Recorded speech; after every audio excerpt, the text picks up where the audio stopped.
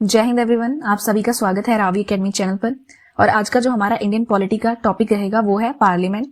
इसमें हम कवर करने वाले हैं हमारे आर्टिकल 79 से 123 तक, और ये मैंने दो पार्ट्स में डिवाइड कर रखा है। तो सबसे पहले हम पढ़ेंगे पार्ट 1 को। तो स्टार्ट करते हैं। तो सबसे पहले हम इसके बैकग्राउंड को देखते हैं कि जो पार्लियामेंट होती है वो एक तरह से supreme legislative body of India होती है, मतलब supreme law making body. Secondly है कि ये बेस करती है वेस्टमिंस्टर मॉडल पे, जो कि एक तरह से ब्रिटिश पार्लियामेंट्री सिस्टम था। इसको एस्टैब्लिश किया गया था by the constitution of India 1950 में, और ये दो तरीके से ऑपरेट करती है बाई कैमरल स्ट्रक्चर में। पहला है लोकसभा, दूसरा है राज्यसभा। नेक्स्ट है हमारे पास ये इंश्योर करती है रिप्रेजेंटेशन ऑफ सिटीजन। जब सिटीजन्स की बात करते हैं तो लोकसभा की बात आती है, और जब स्टेट्स की करते हैं तो राज्यसभा। ये इंश्योर करती है लॉ मेकिंग को, गवर्नमेंट की अकाउंटेबिलिटी को और फाइनेंशियल कंट्रोल को, और एक तरह से ये रिफ्लेक्ट करती है डेमोक्रेटिक वैल्यूज जैसे कि डिबेट, डिस्कशन और आंसरेबिलिटी। तो ये तो हो गया बैकग्राउंड। तो अब अगर हम पार्लियामेंट की ऑर्गेनाइजेशन की बात करें तो बाई कैमरल होती है, दो पार्ट्स में डिवाइड होती है, राज्यसभा और लोकसभा। राज्यसभा हमारी काउंसिल ऑफ स्टेट्स, जो कि अपर हाउस होता है, रिप्रेजेंट करता है स्टेट्स को और यूटीज को। लोकसभा होता है हमारा हाउस ऑफ द पीपल, जो रिप्रेजेंट करता है सिटीजन्स को। तो यहाँ पर एक इंपॉर्टेंट चीज है कि 1954 में जो हिंदी नेम्स थे राज्यसभा के और लोकसभा के, इनको अडॉप्ट किया गया था। अभी जो लोकसभा है ना, हम उसे बोल सकते हैं फर्स्ट चैम्बर, और जो हमारा राज्यसभा होता है हम उसे बोलते हैं सेकंड चैम्बर। इसे हम कह सकते हैं पॉपुलर हाउस भी, और इसे हम बोल सकते हैं हाउस ऑफ एल्डर्स। तो यहां पर बात हो रही है लीडरशिप की। तो जो प्रेसिडेंट होता है उसके पास पावर होती है सम्मन और एड्रेस करना पार्लियामेंट को। अभी जो राज्यसभा होती है उसको प्रिसाइड किया जाता है चेयरमैन, जो कि हमारे वाइस प्रेसिडेंट होते हैं, और डेप्यूटी चेयरमैन के द्वारा। लोकसभा को प्रिसाइड किया जाता है स्पीकर और डेप्यूटी स्पीकर को, जिनको इलेक्ट किया जाता है इनके मेंबर्स के द्वारा। और जो पीएम होता है वो गवर्नमेंट को लीड करता है पार्लियामेंट में, जो कि मेजोरिटी पार्टी होती है, और लीडर होता है ऑफ द हाउस, जो कोऑर्डिनेट करता है गवर्नमेंट बिजनेस को। और जो लीडर ऑफ ऑपोजिशन होता है वो एक तरह से लीडर होता है लार्जेस्ट ऑपोजिशन पार्टी का, जिसको रिकॉग्नाइज करता है स्पीकर। तो नेक्स्ट है हमारे पास कि जो इंडियन कॉन्स्टिट्यूशन है वो फॉलो करता है ब्रिटिश पैटर्न को। ब्रिटिश पैटर्न को कैसे करता है? पार्लियामेंट में जैसे क्राउन होते हैं, किंग्स और क्वींस होते हैं, तो वैसे ही हमारे यहाँ पर क्या है, एक तरह से प्रेसिडेंट है। हमारे पास हाउस ऑफ लॉर्ड्स, जिसे हम अपर हाउस, और house of Commons lower house बोलते हैं। बट यहाँ पे हमारा थोड़ा सा जो टर्म्स को यूज करने का मेथड है वो अलग है। हम अपर हाउस को राज्यसभा बोलते हैं, और जो हमारे लोअर हाउस है उसे लोकसभा। इंडिया के पास क्या है, प्रेसिडेंट है इन पार्लियामेंट, जैसे same as crowning parliament in Britain. और जो फर्स्ट सिटिंग थी लोकसभा और राज्यसभा की वो हुई थी 13 मई 1952 को। ये इंपॉर्टेंट है। नेक्स्ट स्टार्ट करते हैं हमारे आर्टिकल से। आर्टिकल 79 जो कहता है कि जो हमारी पार्लियामेंट है उसमें 3 कंपोनेंट्स ऐड किए गए हैं। पहला है प्रेसिडेंट, दूसरा राज्यसभा और तीसरा Lok Sabha. Rajya Sabha council of states and Lok Sabha house of the people. Article 80 कहता है हमारा कंपोजिशन ऑफ राज्यसभा। राज्यसभा में कितने मेंबर्स होते हैं? मैक्सिमम 250 होते हैं। 238 होते हैं हमारी स्टेट्स और यूटी से, बट जो यूटीज है हमारी उन्हें 2 ही इंक्लूड की गई हैं, दिल्ली और पुडुचेरी। बाकी जो यूटीज थी उनकी मतलब इतनी पॉपुलेशन ही नहीं है कि वो रिप्रेजेंट कर सके पार्लियामेंट में। और ये जो इलेक्शन होती है राज्यसभा की, एक तरह से इनडायरेक्ट इलेक्शंस होती हैं। और यहाँ पर जो 12 मेंबर्स होते हैं उनको नॉमिनेट किया जाता है प्रेसिडेंट की तरफ से, जो कि होते हैं लिटरेचर, साइंस, आर्ट और सोशल सर्विस बैकग्राउंड से। अगर 4th शेड्यूल की बात की जाए तो 4th शेड्यूल में भी बता रखा है कि जो एलोकेशन है राज्यसभा सीट्स की स्टेट्स और यूटीज को लेके। आगे है कि इसमें कॉन्स्टिट्यूशनल बेसिस क्या कहता है, कि एक तो ये आर्टिकल 80 के अंदर प्रोवाइड कर रखे हैं, और इसको upper house of the parliament भी बोला जाता है, काउंसिल ऑफ स्टेट्स भी कहा जाता है। मैक्सिमम स्ट्रेंथ वही जो मैंने अभी डायग्राम पे समझाया था, यहाँ पे थोड़ा सा रिटन फॉर्म में है। तो 250 मेंबर्स होते हैं, 238 होते हैं इलेक्टेड स्टेट्स प्लस यूटीज के, 12 नॉमिनेटेड मेंबर्स होते हैं। बट अगर प्रेजेंट स्ट्रेंथ की बात करो तो हमारे पास 245 मेंबर्स हैं, 250 नहीं है। 233 इलेक्ट किए जाते हैं, 12 नॉमिनेट किए जाते हैं। Current field seats versus vacancy, मतलब हमारे पास कितनी सीट्स फिल्ड हैं और कितनी वैकेंसीज हैं। अगर फिल्ड की बात की जाए तो 240 है, अगर वैकेंट सीट्स की बात की जाए तो 5 है हमारे पास। उस 5 में से भी 4 सीट्स जम्मू एंड कश्मीर को जाती हैं, क्योंकि जो जम्मू एंड कश्मीर असेंबली है वो फंक्शनिंग में नहीं है, तो सीट्स को भरा ही नहीं गया। और 1 सीट आती है पंजाब से, जिसकी जो बाई इलेक्शन को अनाउंस किया गया था, बट जो सीट है अभी तक वेकेंट है। डिस्ट्रीब्यूशन ऑफ सीट कैसे होता है, जैसे 229 सीट्स हैं वो हमारी स्टेट से आएंगी, 4 सीट्स हैं जो हमारी यूटी से आती हैं, वही दिल्ली और पुडुचेरी से, 12 सीट्स नॉमिनेटेड। इलेक्शन मेथड होता है, इलेक्ट किए जाते हैं by MLA of each state with legislature. Method होता है प्रोपोर्शनल रिप्रेजेंटेशन, उसी के अंडर आता है मेथड सिंगल ट्रांसफरेबल वोट। तो जो नॉमिनेटेड मेंबर्स होते हैं वो आते हैं आर्ट, लिटरेचर, साइंस और सोशल सर्विस। नेक्स्ट आता है हमारे पास आर्टिकल 81 जो बताता है composition of the house of the people, Lok Sabha. तो कॉन्स्टिट्यूशनल बेसिस की बात करें तो ये डिटेल हमें बता रखा है आर्टिकल 81 में, जिसे हम लोअर हाउस कहते हैं और house of the people. Maximum strength की बात करें तो 552 मेंबर्स होते हैं, 530 स्टेट से आते हैं, 20 आते हैं यूटी से और 2 आते हैं एंग्लो इंडियन से, जिनको नॉमिनेट किया जाता था, बट अभी इसको अबॉलिश कर दिया गया है 2020 में जब अमेंडमेंट की थी। नेक्स्ट है हमारे पास की प्रेजेंट स्ट्रेंथ क्या है। अभी हमारे पास है 543 मेंबर, 530 आते हैं स्टेट से, 13 आते हैं यूटी से और 0 है नॉमिनेटेड, जो कि रिमूव किया गया था 104th अमेंडमेंट से। इलेक्शन सिस्टम की बात करें तो मेंबर्स को डायरेक्टली इलेक्ट किया जाता है बाय पीपल ऑफ इंडिया। अभी राज्यसभा की बात हुई थी तो वहां पर इनडायरेक्ट इलेक्शंस थी। यहाँ पे वोटिंग मेथड चलता है first past the post system, वहां पे था प्रोपोर्शनल रिप्रेजेंटेशन, और यहाँ पे हर एक मेंबर रिप्रेजेंट करता है एक सिंगल कॉन्स्टिट्यूएंसी को। टेन्योर की बात करें तो 5 साल का होता है। इसको डिसॉल्व किया जा सकता है पहले ही अगर पीएम की एडवाइस हो प्रेसिडेंट को। थोड़े से फैक्ट्स यहाँ पे दे रखे हैं कि जो मिनिमम एज है वो 25 ईयर्स होनी चाहिए। लोकसभा इलेक्ट करती है स्पीकर को, डेप्यूटी स्पीकर को। मनी बिल इंट्रोड्यूस किया जा सकता है ओनली लोकसभा में, और जो लोकसभा है उसके पास पावर्स होती हैं मनी मैटर के रिगार्डिंग, नो कॉन्फिडेंस मोशन के रिगार्डिंग और कंट्रोल करना एग्जीक्यूटिव को। नेक्स्ट आता है हमारे पास आर्टिकल 82 जो कहता है रीएडजस्टमेंट आफ्टर ईच सेंसस। जब भी नेशनल सेंसस किया जाता है तो पार्लियामेंट को कुछ लॉ बनाने पड़ते हैं ताकि वो रीएडजस्ट कर सके जो total number of Lok Sabha seats हैं, और डिवाइड करना हर एक स्टेट को कॉन्स्टिट्यूएंसीज को, मतलब इन चीजों को घटाना है या बढ़ाना है। पर्पस क्या होता है, ताकि इंश्योर कर सके equal population representation across constituencies, सभी का इक्वली रिप्रेजेंटेशन होना चाहिए, और एडजस्ट करना सीट्स को अकॉर्डिंग टू पॉपुलेशन, क्योंकि चेंज होती रहती है ओवर द पीरियड। तो सेकंड है कि यहाँ पे डीलिमिटेशन कमीशन का क्या रोल होता है। जब पार्लियामेंट पास कर देती है रीएडजस्टमेंट लॉ को तो डीलिमिटेशन कमीशन बैठाया जाता है, जहां पे उनका काम होता है रीड्रॉ करना कॉन्स्टिट्यूएंसी बाउंड्रीज को, सीट्स अलॉट करना स्टेट्स को, और इंश्योर करना इक्वल पॉपुलेशन डिस्ट्रीब्यूशन, और जो डिसीजंस हो गए उनको कोर्ट में चैलेंज नहीं किया जा सकता।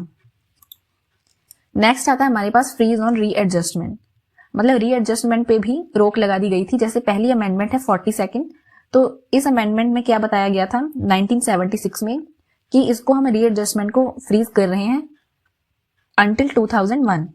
फिर जब 84th अमेंडमेंट की जाती है 2001 में, इसको फिर से एक्सटेंड कर दिया जाता है जो फ्रीज की गई थी रीएडजस्टमेंट टिल 2026 में। अभी ये अलाउ करता है ओनली इंटरनल एडजस्टमेंट्स को। अगर इंटरनली कोई एडजस्टमेंट करनी है तो उस चीज को अलाउ किया जाता है, पर इंक्रीज या डिक्रीज करना सीट्स को वो नहीं। फिर आती है 87th अमेंडमेंट 2003, जहां पे 2001 के सेंसस को ही यूज किया गया था इंटरनल एडजस्ट।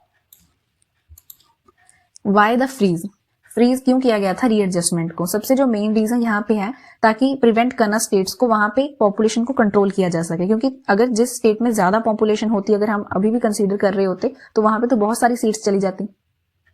तो इस चीज को अवॉइड करने के लिए फ्रोज किया गया था। तो होता है कि व्हाट हैपेंस आफ्टर 2026, तो रीएडजस्टमेंट कैसे होगी और क्या क्या उसके जो रिजल्ट होंगे। पहला है कि मेजर रीएडजस्टमेंट होगी, एक्सपेक्ट की जा सकती है। अभी जो स्टेट्स हैं हाई पॉपुलेशन के साथ, यूपी, बिहार, मध्य प्रदेश, राजस्थान, तो यहाँ पे सीट्स बढ़ सकती हैं। बट अगर सदर्न स्टेट्स की बात करें तो उन्होंने इस चीज को कंट्रोल किया है, वहां पे पॉपुलेशन को कंट्रोल किया गया, तो वहां पे थोड़े से चेंजेस को रेसिस्ट किया जा सकता है। अभी थोड़े से यहाँ पे इंपॉर्टेंट एग्जाम पॉइंट्स लिखे हैं लोकसभा के रिलेटेड। कोरम होता है जो 1/10 होता है टोटल मेंबर्स का। प्रिसाइडिंग ऑफिसर जो होता है वो स्पीकर होता है। मनी बिल होता है जो ओनली लोकसभा डिसाइड करती है कि वो, यहाँ पे ये चीज मेंशन है कि अगर कोई बिल मनी बिल है या नहीं तो उसे लोकसभा ही डिसाइड करती है। फोर्थ है Lok Sabha controls the council of minister, मतलब कलेक्टिवली रिस्पॉन्सिबल होती है। If Lok Sabha passes no confidence motion, तो जो गवर्नमेंट है वो वहीं पे डिसॉल्व हो सकती है अगर नो कॉन्फिडेंस मोशन को पास कर दिया जाए। नेक्स्ट हमारे पास है delimitation commission in Jammu and Kashmir. Why delimitation was needed? क्योंकि जब हमने आर्टिकल 370 को 2019 में एब्रोगेट किया था, तो जो जम्मू एंड कश्मीर है उसको रीऑर्गेनाइज कर दिया गया था जम्मू एंड कश्मीर, यहाँ पे लेजिस्लेचर के साथ, और लद्दाख यूटी विदाउट लेजिस्लेचर। तो जो Jammu and Kashmir reorganisation act 2019 है, तो ये एक तरह से मैंडेटरी करता है फ्रेश डीलिमिटेशन ऑफ असेंबली और लोकसभा सीट्स की, तो वहां पे जरूरत है इस चीज की। फॉर्मेशन ऑफ डीलिमिटेशन कमीशन की बात करें 2020 में, ये जम्मू कश्मीर की बात हो रही है। कॉन्स्टिट्यूटेड ऑन 6 मार्च 2020, जिसको हेड किया था जस्टिस, जो कि रिटायर्ड जस्टिस रंजन प्रकाश देसाई थे। इसमें मेंबर्स को इंक्लूड किया गया था chief election commissioner, Jammu and Kashmir state election commissioner और 5 एसोसिएट मेंबर्स थे। अगर हम की आउटकम्स की बात करें तो हमारे पास सबसे पहली आती है इंक्रीज इन असेंबली स्टेट्स। पहले थी हमारे पास 83 सीट्स, जिसमें से एक्सक्लूड कर रखी थी 24 reserve seats for Pakistan occupied Kashmir. नई स्ट्रेंथ की बात करें तो 90 सीट्स हैं, जम्मू रीजन से आती हैं, 6 सीट्स को बढ़ाया गया और कश्मीर रीजन से 1 सीट को। लोकसभा में क्या क्या चेंज हुआ कि जम्मू एंड कश्मीर के पास 5 लोकसभा सीट्स आई, बट जो बाउंड्रीज है उन्हें मॉडिफाई किया गया, क्योंकि जो कुछ सीट्स थी वो एक तरह से स्पैन करी थी Jammu and Kashmir both regions को ही।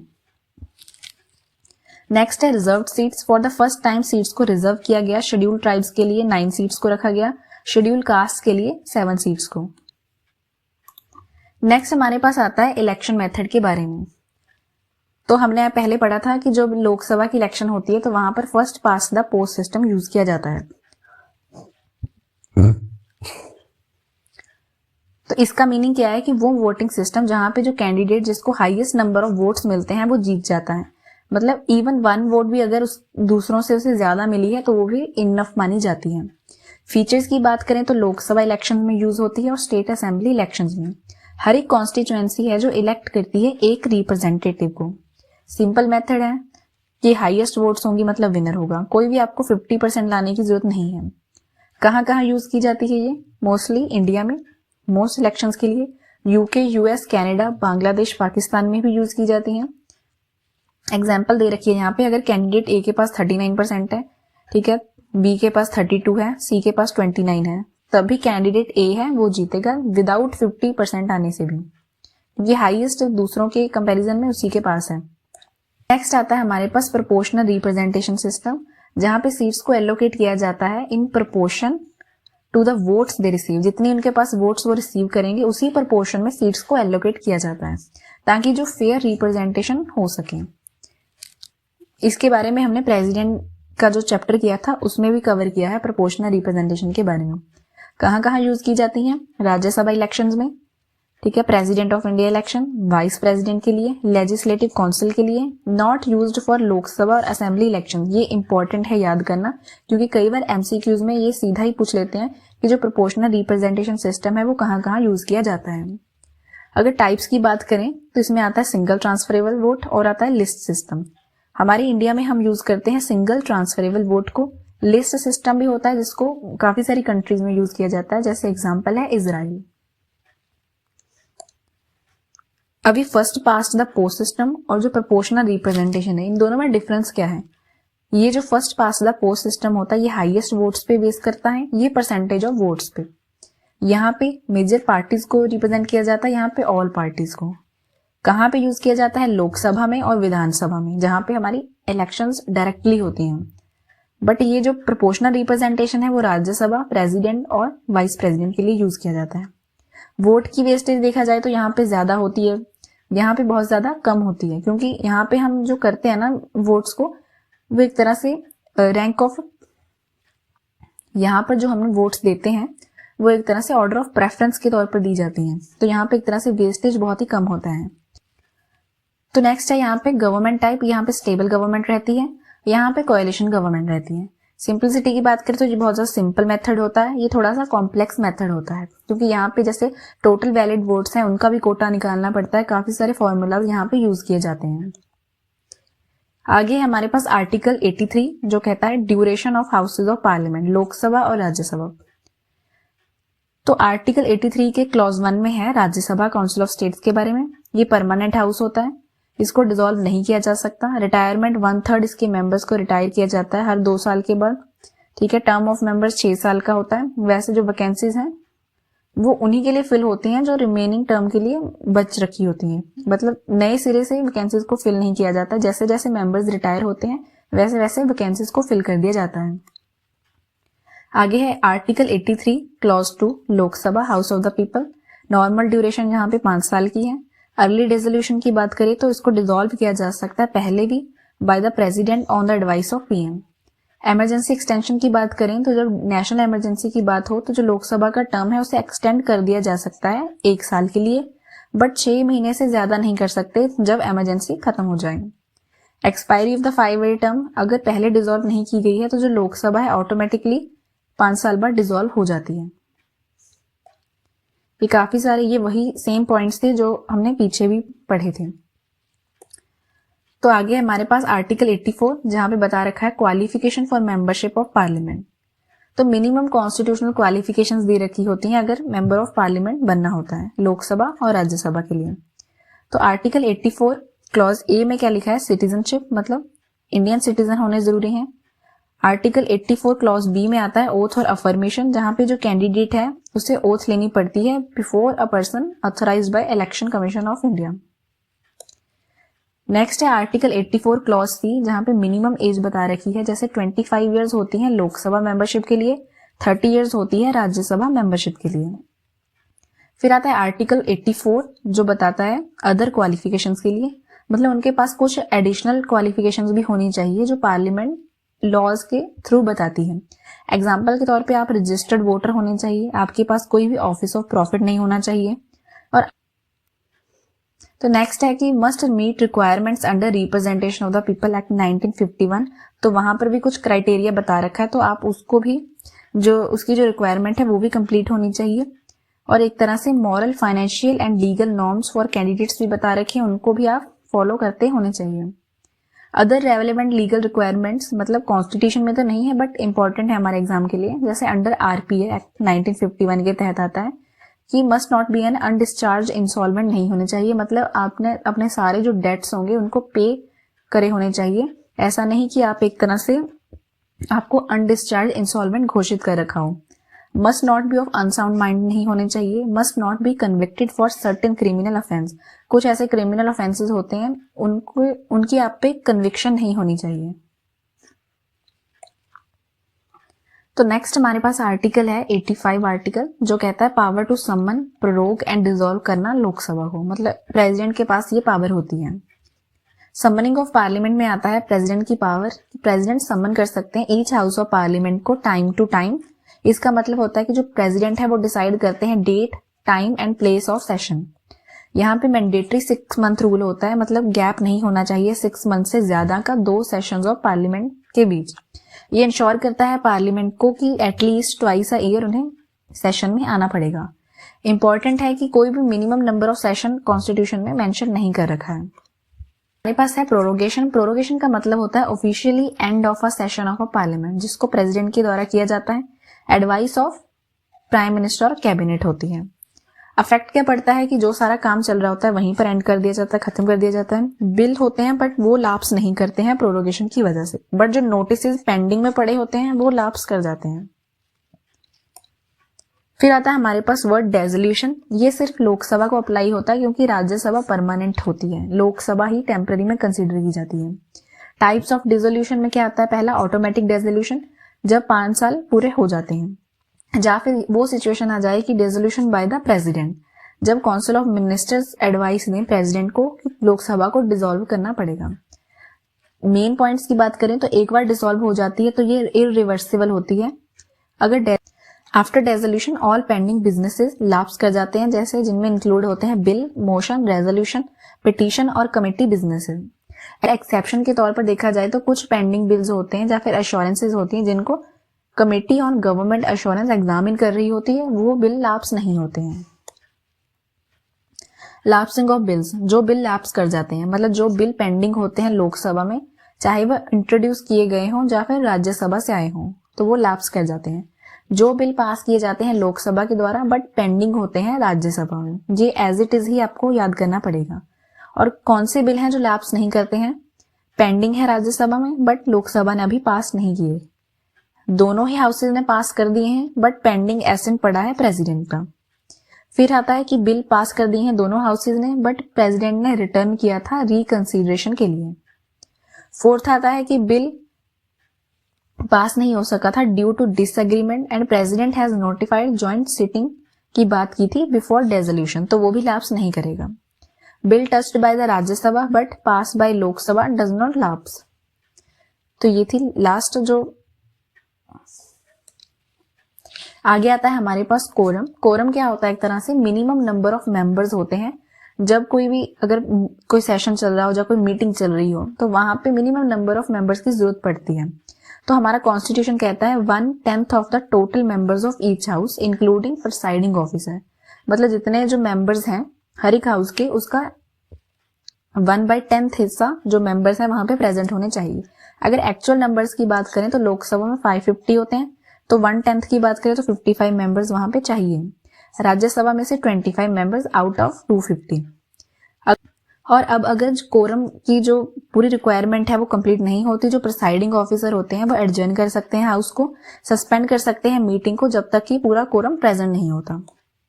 नेक्स्ट यहाँ पर हमें दे रखा है लेम डक सेशन। जब भी लोकसभा की इलेक्शंस हो जाती हैं, मतलब उसके बाद अगर कोई आउटगोइंग लोकसभा सेशन चल रहा है और वो लास्ट सेशन हो तो उसे बोला जाता है लेम डक सेशन।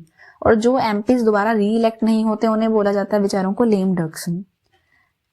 तो नेक्स्ट है हमारे पास लैंग्वेज इन पार्लियामेंट। हिंदी और इंग्लिश यूज की जाती है, यूज फॉर ऑफिशियल बिजनेस और डिबेट्स के लिए। पर यहाँ पे एक्सेप्शन भी दे रखी है, मदर टंग एक्सेप्शन। अगर कोई मेंबर वो अपने हाउस को एड्रेस करना चाहता है अपनी मदर टंग में तो उसे permission with the permission of presiding officer वो कर सकता है। हमारे पास आता है ऑफिशियल लैंग्वेजेस एक्ट 1963 जो अलाउ करता है continuation of English for parliamentary work even after 1965। 1965 के बाद भी इंग्लिश को कंटिन्यू करना ये पास किया गया था क्योंकि जो ओरिजिनल 15 ईयर की डेडलाइन थी 1950 से 1965 तक फॉर इंग्लिश के लिए थी कि उसको रिमूव कर देंगे 15 साल के बाद, बट बाद में भी उसको कंटिन्यू करने के लिए ऑफिशियल लैंग्वेजेस एक्ट 1963 बनाया गया था। अभी आता है हमारे पास difference between prorogation and dissolution. Prorogation का मतलब होता है सेशन को एंड कर देना, डिसोल्यूशन का मतलब होता है पूरी एंटायर लोकसभा को ही डिसॉल्व कर देना। ये प्रेसिडेंट ऑर्डर करता है, यहाँ पर भी प्रेसिडेंट ही ऑर्डर करते हैं। यहाँ पे बिल लैप्स नहीं होते, यहाँ पे बिल लैप्स हो जाते हैं एक्सेप्ट कुछ केसेस दे रखे होते हैं। यहाँ पे हाउस तो कंटिन्यू रहता है बट यहाँ पे हाउस कंटिन्यू नहीं रहता है।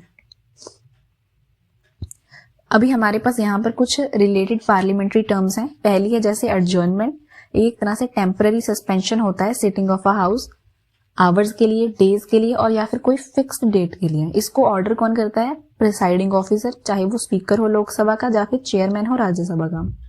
अफेक्ट क्या पड़ता है इससे कि हाउस का जो हाउस है जो वो तो वर्किंग पर रहता है बट जो बिजनेस है उसको बाद में रिज्यूम कर लिया जाता है। मतलब जो काम वहां पे टेम्पररी सस्पेंड किए गए थे उसको बाद में रिज्यूम किया जाएगा।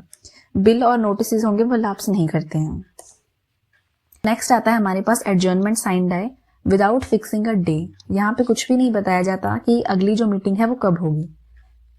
इसको ऑर्डर कौन करता है? जो प्रिसाइडिंग ऑफिसर होता है वो एडजर्न कर सकते हैं हाउस को without any date for the next sitting. इसका इफेक्ट क्या पड़ता है कि जो हाउस का काम है वो रुक जाता है बट वहां पे खत्म नहीं होता। Often followed by prorogation by the president. जो प्रेसिडेंट है अगर प्रोरोगेशन करते हैं उसके बाद एडजर्नमेंट साइन डाई को फॉलो किया जाता है।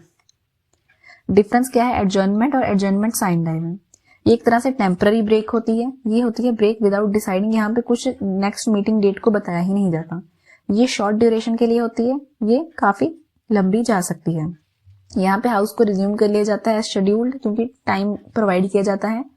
यहाँ पे अगर नया जो सम्मन है वो आता है तब उसी के बाद ही हाउस को रिज्यूम किया जाता है।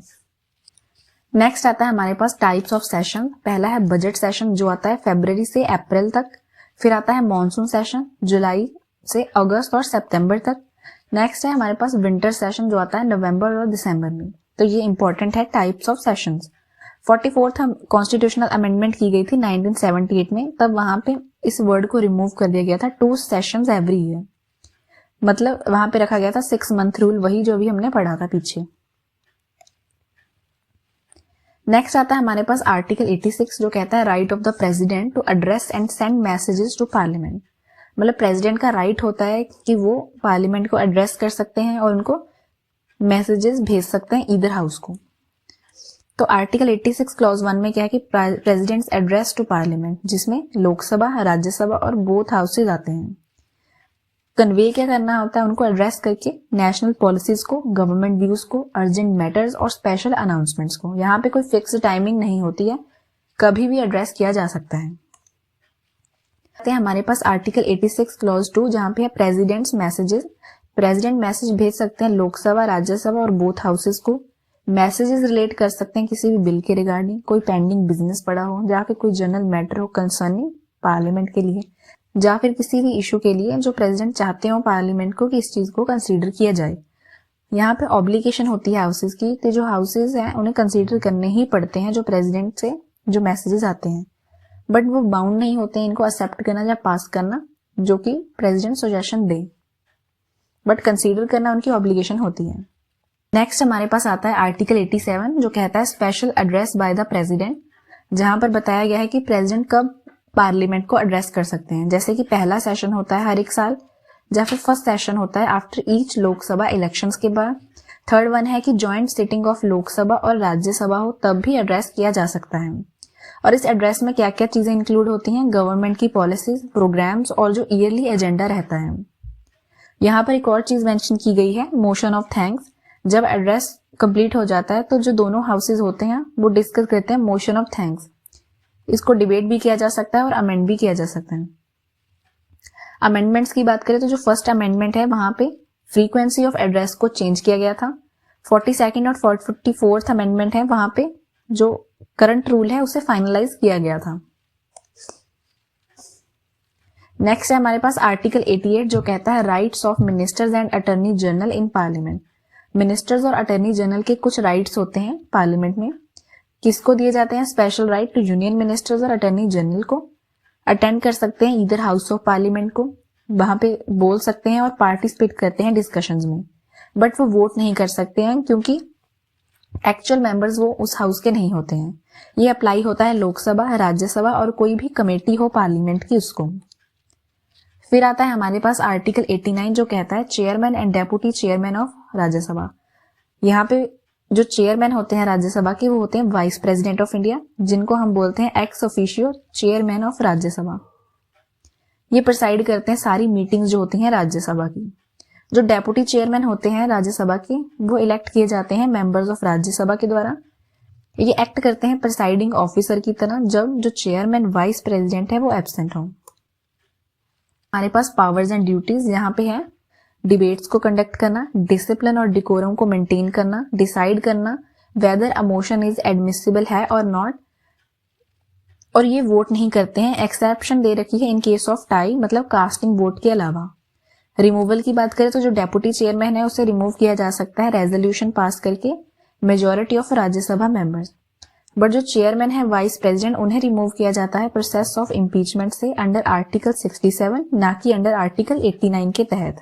हमारे पास आर्टिकल 90 जो कहता है vacation, resignation and removal of the deputy chairman of Rajya Sabha. अगर जो डेप्यूटी चेयरमैन है उन्हें रोक दिया जाए मेंबर ऑफ राज्यसभा का बनने से, तो वहां पे उनकी जो मेंबरशिप है वहीं पर ऑटोमेटिकली खत्म हो जाती है। अगर वो रिजाइन कर दें writing to the chairman of Rajya Sabha, तब भी वहीं पर उनकी जो मेंबरशिप को एंड कर दिया जाएगा। थर्ड वन है कि रिमूव कर दिया जाता है रेजोल्यूशन से, जो कि majority of all the members of Rajya Sabha होता है। स्पेशल कंडीशन की बात करें तो अगर रिमूवल रेजोल्यूशन पास कर रहे हो तो उससे पहले 14 डेज का नोटिस उन्हें देना पड़ता है। When a resolution for removal is under consideration होता है, जो डेप्यूटी चेयरमैन है वो प्रिसाइड नहीं कर सकते हैं, मतलब उनकी जगह पे किसी और को अपॉइंट किया जाता है। हमारे पास आर्टिकल 92 जो बताता है powers of the deputy chairman और अदर प्रिसाइडिंग पर्सन राज्यसभा। ये एक्सप्लेन करता है पावर्स और फंक्शंस को, और ये भी बताता है कि जब बोथ चेयरमैन और डेप्यूटी चेयरमैन एब्सेंट हो तो वहां पे क्या कंडीशंस अप्लाई होती हैं। बट यहाँ पे है व्हेन द डेप्यूटी चेयरमैन जब प्रिसाइड करते हैं तो उनके पास सारी पावर्स होती हैं चेयरमैन की, वोटिंग पावर भी होती है, बट जो डेप्यूटी चेयरमैन होते हैं वो वोट नहीं करते हैं नॉर्मली, सिवाय कास्टिंग वोट के। बट अगर डेप्यूटी चेयरमैन भी एब्सेंट होते हैं तो कोई भी मेंबर होता है राज्यसभा का तो वो प्रिसाइड करते हैं, और जो ये मेंबर होता है उसके पास सेम पावर होती है as the chairman while presiding. यहाँ पे वोटिंग रूल भी सेम होता है कि जो मेंबर प्रिसाइड कर रहा होता है वो वोट नहीं कर सकता, एक्सेप्शन वही कास्टिंग वोट की दे रखी है। तो इसी के साथ ही जो हमारा पार्लियामेंट का पार्ट 1 है यहीं पर ही कंप्लीट होता है। अगर आप लोगों को कोई भी इसके रिगार्डिंग डाउट हो तो आप कमेंट्स में पूछ सकते हैं। तो तब तक के लिए चैनल को लाइक कीजिएगा और सब्सक्राइब करें, एंड थैंक्स फॉर वॉचिंग।